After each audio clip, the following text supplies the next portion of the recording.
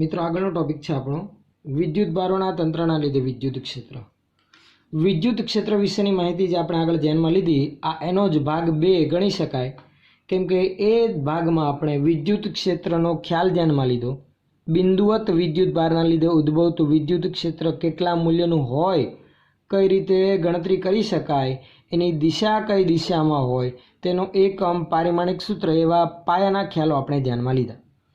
हवे आ भाग में आपणे विद्युत भारोनुं तंत्र के जेने लीधे कोई बिंदु पासे उद्भवतुं विद्युत क्षेत्र केटला मूल्यनुं होय ते आपणे ध्यानमां लेवानुं छे। मित्रों विद्युत भारोना तंत्र में एक करता वधु विद्युत भारो हाजर होई शके। अहींया सरलता खातर आपणे 4 दर्शावेला छे आकृति में। हाँ मित्रों, ज्यारे विद्युत भारोना तंत्रना लीधे कोई बिंदु पासे उद्भवतुं विद्युत क्षेत्र मेळवવાનો प्रश्न पूछाय त्यारे आपणे આવી એક આકૃતિ ધ્યાનમાં લેવી પડશે।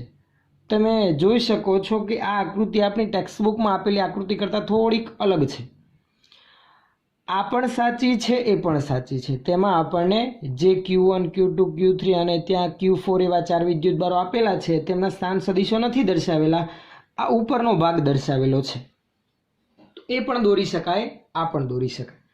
હવે આપણે જરા કઈ રીતે ગણતરી કરીશું એના વિશેની માહિતી આગળ ધ્યાનમાં લઈએ। मित्रों विद्युत क्षेत्र एटले शुं ए तो तमने ख्याल ज छे। विद्युत क्षेत्र एटले के विद्युत भारित तंत्रना लीधे कोई बिंदु पासे एकम धन विद्युत भार पर लागता विद्युत बळने विद्युत क्षेत्र कहे छे। बिंदुवत एवा विद्युत भारना लीधे उद्भवतुं विद्युत क्षेत्रनुं समीकरण पण आपणे ध्यानमां लई लीधुं, जे हतुं KQ/R²। आवा विद्युत क्षेत्रनी दिशा आपणे ध्यानमां लीधेली हती के जे एकम धन विद्युत भार पर लागता बळनी दिशामां होय, तथा तेनी लाक्षणिकतामां आपणे एवुं पण ध्यानमां लीधुं जो विद्युत भार धन होय तो आवा धन एवा विद्युत भारना लीधे उद्भवतुं विद्युत क्षेत्र त्रिज्यावर्ती तथा बहारनी तरफ होय, अने जो ऋण विद्युत भार होय तो विद्युत क्षेत्र त्रिज्यावर्ती तथा अंदरनी तरफ आपणे मळी आवे। धारो के आपणे तंत्रमां जे पण विद्युत भारो ध्यानमां लेवाना छे बधा ज केवा छे, धन है तेम आपणे ध्यानमां लईए। आवा विद्युत भारोना तंत्रमां आपणे केटला विद्युत भारो ध्यानमां लीधेला छे? धारो के आपणे अहींया तंत्रमां n विद्युत भारो छे तेम कल्पना करीए, पण n पैकी आपणे सरलता खातर 4 दर्शावेल छे। कया कया 4? एक छे Q1, Q2, Q3 अने एक छेल्लो एकदम n नंबरनो विद्युत भारित कण एवो Qn के जेमना स्थान सदिशो आपणे संदर्भ बिंदुथी दर्शावेला छे। हवे 4 के एवा n विद्युत भारोना लीधे P पासे मळतुं विद्युत क्षेत्र संपातपणाना सिद्धांतनो उपयोग करीने मेळवी शकाय। संपातपणानो सिद्धांत विद्युत बळ माटे आपणे भणीने आव्या मित्रों, जेनी आगळ आपणे थियरी ध्यानमां लीधी, घणा बधा विद्युत भारोना लीधे बळो। संपातपणानो सिद्धांत कंईक आ रीते हतो। घणा बधा विद्युत भारोना लीधे कोई विद्युत भार पासे लागतुं कुल विद्युत बळ दरेक विद्युत भार वडे लागता स्वतंत्र कूलम बळना सदिश सरवाळा जेटલું હોય।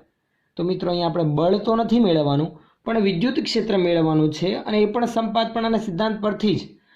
विद्युत क्षेत्र माटे संपातपणानो सिद्धांत कई रीते लागू पड़शे? तो विद्युत भारित तंत्रमांना प्रत्येक विद्युत भार वडे आपेल बिंदु पासे मळतुं स्वतंत्र विद्युत क्षेत्र नो सदिश सरवाळो करवाथी आपणने P बिंदु पासे समग्र आ विद्युत भारित तंत्रना लीधे मळतुं विद्युत क्षेत्र मळशे। एटले टूंकमां Q1 ना लीधे, Q2 ना लीधे, Q3 ना लीधे अने n नंबरना एवा विद्युत भारना लीधे मळता विद्युत क्षेत्रनो आपणे केवो सरवाळो करवानो छे? सदिश सरवाळो, जेथी आपणने P पासेनुं कुल परिणामी विद्युत क्षेत्र मळे। અને જે ફાઇનલ આપણા આન્સર આવે એ થશે આપણું વિદ્યુત ભારોના તંત્રના લીધે મળતા વિદ્યુત ક્ષેત્રનું સમીકરણ। અને સમીકરણમાં જો આપણી પાસે મૂલ્ય હોય તો કિંમત મૂકીને આપણે એની ગણતરી પણ કરી શકીએ। મિત્રો આ થિયરી આધારિત આપણે આગળ ઉદાહરણ અને સ્વાધ્યાયમાં પણ એવા દાખલાઓ છે જ, અને ખાસ એક્ઝામમાં પૂછાઈ શકે તેવા પ્રશ્નો એકદમ સરળ। તો ચાલો આપણે આની શરૂઆત કરીએ। સૌથી પહેલાં આપણે ધ્યાનમાં લીધું એમ તંત્રમાંના જે વિદ્યુત ભારો ધ્યાનમાં લીધા એમનો ઉલ્લેખ કરી રાખીએ, તેમના સ્થાન સદિશનો ઉલ્લેખ કરી રાખીએ। તો હવે જરાક આપણે આગળ વધીએ। લગતા જે અનુક્રમે આવતા મુદ્દાઓ, સૌથી પહેલાં તો ધારો કે શૂન્યાવકાશમાં સંદર્ભ બિંદુ ઓની સાપેક્ષે આ n એવા વિદ્યુતભારોના સ્થાન સદિશ અનુક્રમે R1 R2 R3 આ ચોથો વિદ્યુતભાર નથી મિત્રો, n નંબરનો મેં ધ્યાનમાં લીધેલ છે, જેના સ્થાન સદિશને આપણે Rn વડે દર્શાવેલ છે. તો કે 3 થી n સુધીના છે, પણ સરળતા ખાતર આપણે આમાં આકૃતિમાં દર્શાવેલા નથી. ધારો કે શૂન્યાવકાશમાં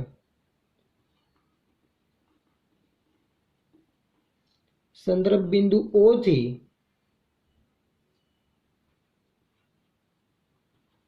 અનુક્રમે R1 R2 R3 up to Rn સ્થાન સદિશ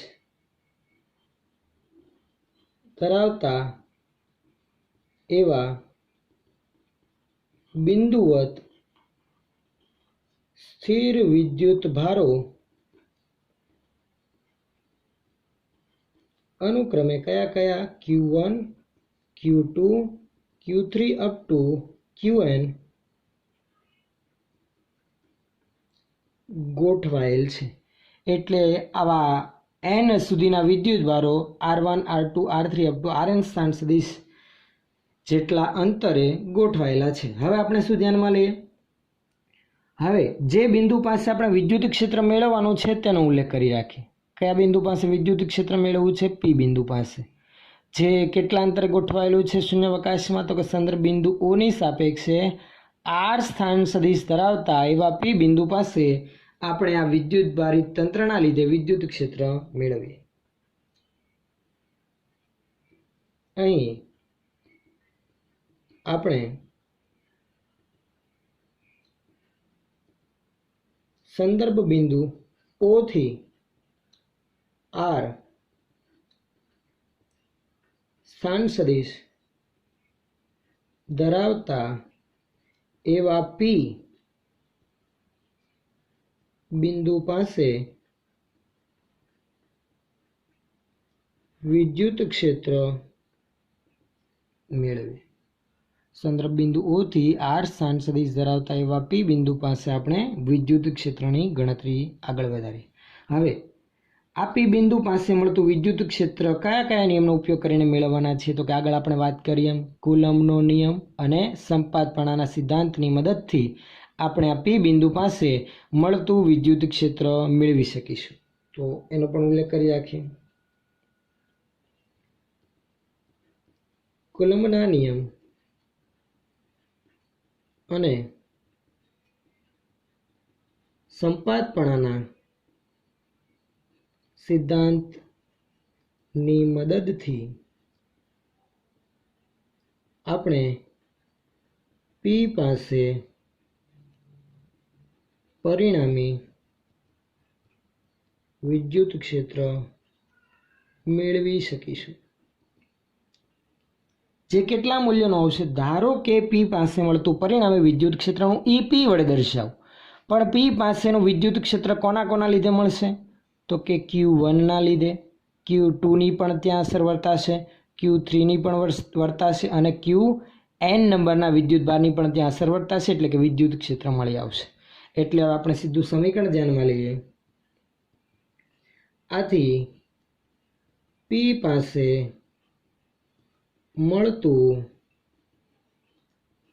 પરિણામી વિદ્યુત ક્ષેત્ર EP બરાબર કોના કોના લીધે? એક નંબરના વિદ્યુતભારના લીધે. તો E1 કેટલા અંતરે છે? તો કે સંદર્ભ બિંદુથી R અંતરે, તો E1 ઓફ R એમ પણ લખાય. પ્લસ 2 નંબરના વિદ્યુતભારના લીધે તો E2 ઓફ R, પ્લસ 3 નંબરના વિદ્યુતભારના લીધે તો E3 ઓફ R, અને છેક n નંબરના વિદ્યુતભારના લીધે તો En ઓફ R. આ E1 ઓફ R એટલે કે સંદર્ભ બિંદુથી R1 અંતરે આવેલા P બિંદુ પાસે Q1 ના લીધે ક્ષેત્ર.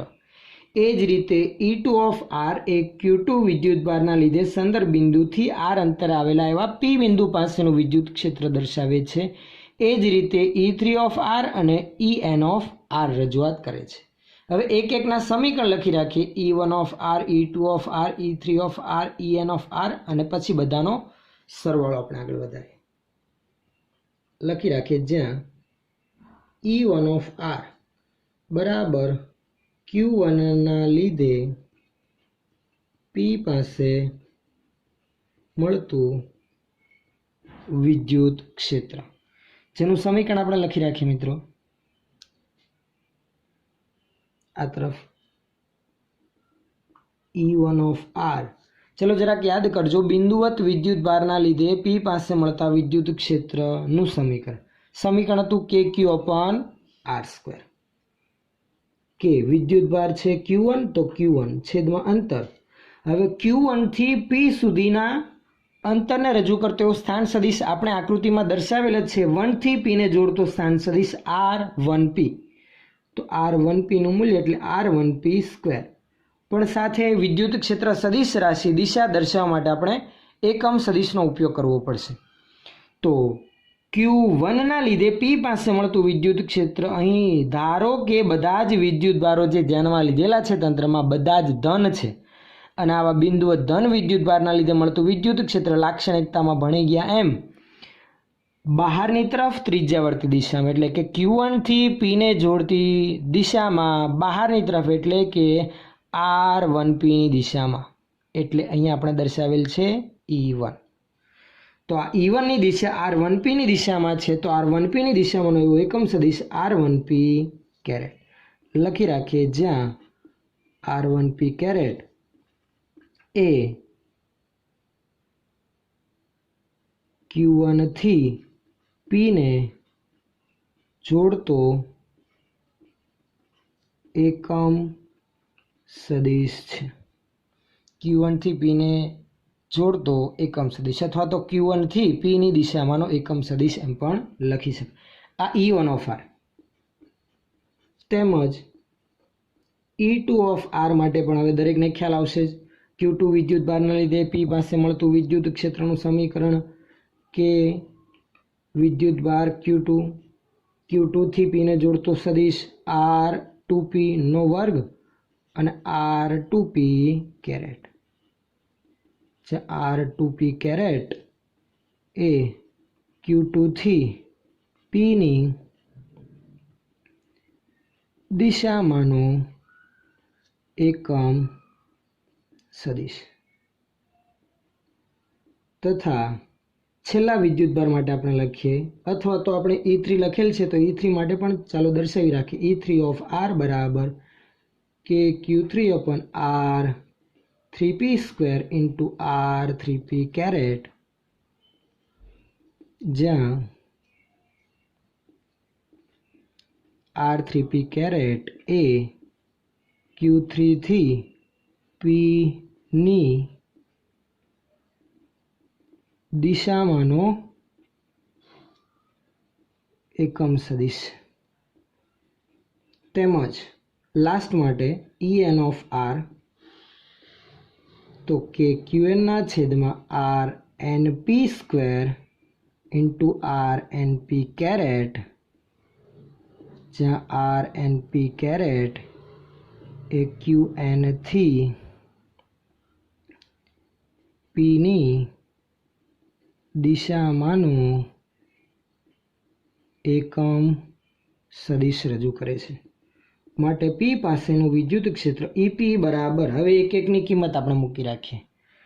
તો પહેલા પદની કિંમત છે કે Q1 upon R1P² into R1P caret plus કે Q2 upon R2P² into R2P caret plus k Q3 upon R3P² into R3P caret, અને પ્લસ અપ ટુ n સુધી છેલ્લું પદ આવશે કે Qn ના છેદમાં RnP² ઇન્ટુ RnP કેરેટ.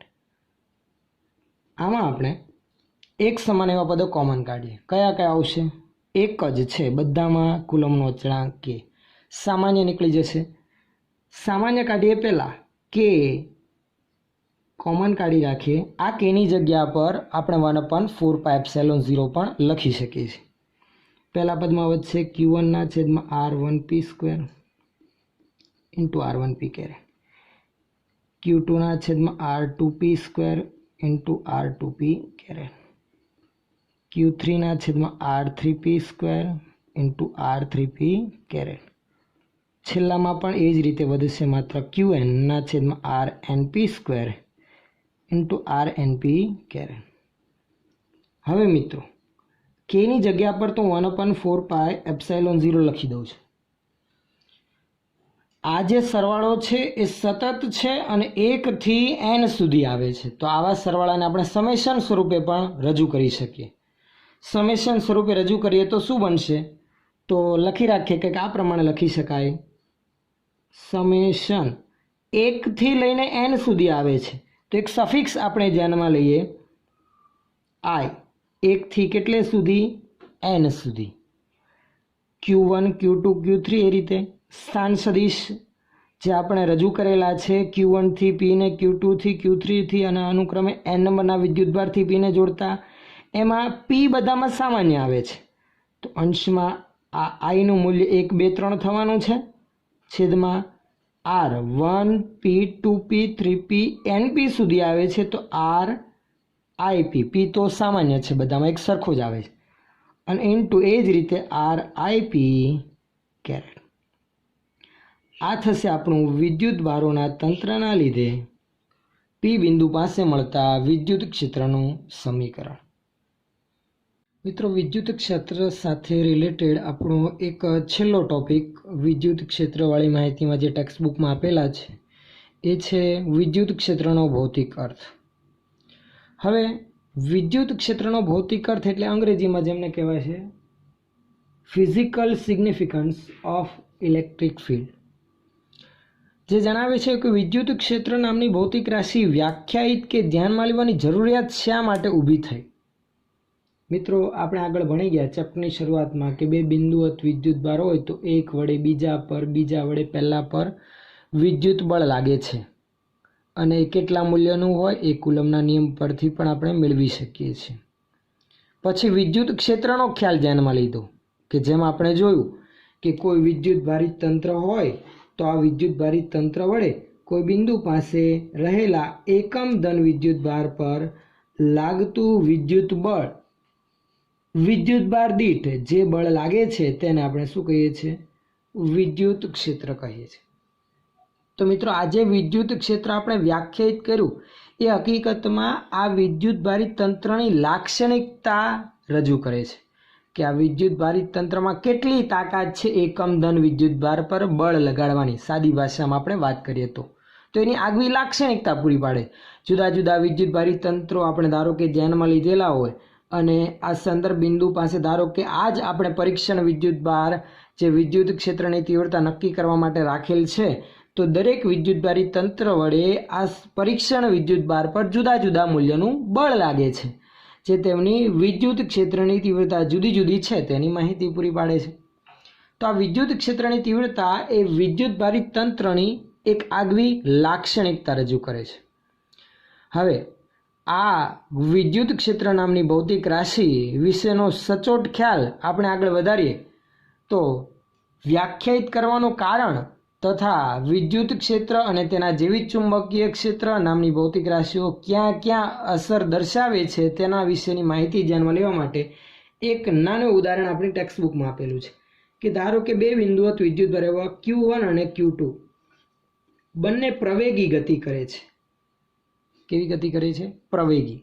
આવા વિદ્યુત ભારિત કણો ધારો કે શૂન્યાવકાશમાં પ્રવેગી ગતિ કરતા હોય તો એટલો તો આપણને ખ્યાલ છે જ કે Q1 વિદ્યુત ભાર એ Q2ની અસર હેઠળ છે અને Q2 વિદ્યુત ભાર એ Q1ની અસર હેઠળ છે. એટલે કે Q1 વડે Q2 પર તથા ગતિ દરમિયાન Q2 વડે Q1 પર બળ લાગતું હશે. હવે આપણે જરાક જોવા જઈએ તો આની વધારે ડિટેલમાં માહિતી ધ્યાનમાં લઈએ તો જ્યારે આ વિદ્યુત ભારો પ્રવેગી ગતિ કરતા હોય ત્યારે પોતાની આસપાસ ચુંબકીય ક્ષેત્ર ઉત્પન્ન કરે છે. ગતિમાન વિદ્યુત ભારો ચુંબકીય ક્ષેત્ર ઉત્પન્ન કરે છે અને જે દરમિયાન તેમાંથી ઉત્પન્ન થયેલા વિદ્યુત ચુંબકીય એવા તરંગો ગતિ કરીને આ Q2 પર બળ લગાડે છે. આ જે વચ્ચે સમયનો અંતરાલ મળી આવે છે કે જે દરમિયાન Q1 વડે Q2 પર બળ લાગ્યું, એ જ સાચો ખ્યાલ આપે છે વિદ્યુત ક્ષેત્રનો. તો મિત્રો, વિદ્યુત ક્ષેત્ર અને ચુંબકીય ક્ષેત્ર એ ભૌતિક રાશિ તરીકે વ્યાખ્યાયિત એટલા માટે જ ધ્યાનમાં લેવામાં કે જેથી આ બધી અસરોને સરળતાથી સમજી શકાય. જે છે વિદ્યુત ક્ષેત્રનો ભૌતિક અર્થ. ટૂંકમાં છેવટે હું એટલું જ કહીશ, વિદ્યુત ક્ષેત્ર E ઓફ R એટલે કે કોઈ વિદ્યુત ભારિત તંત્ર વડે તેનાથી R અંતરે આવેલા બિંદુ પાસે વિદ્યુત ક્ષેત્ર એકમ ધન વિદ્યુત ભાર દીઠ તેના પર લાગતું વિદ્યુત બળ રજૂ કરે છે. જો મિત્રો આપણી પાસે આ વિદ્યુત ભારિત તંત્રના લીધે ઉત્પન્ન થતું વિદ્યુત ક્ષેત્ર હોય તો સીધું જ આપણે એ વિદ્યુત ભારિત તંત્ર વડે પરીક્ષણ વિદ્યુત ભાર પર લાગતું બળ મેળવી શકીએ. એટલે સીધું જ F ઓફ R ને કરતા બનાવતા E of R into Q આપણે લખી શકીએ. પછી વિદ્યુત ભારિત તંત્ર તરીકે ગમે તે હોય એની ચર્ચામાં આપણે ઊંડું ઉતરવાની જરૂર નથી.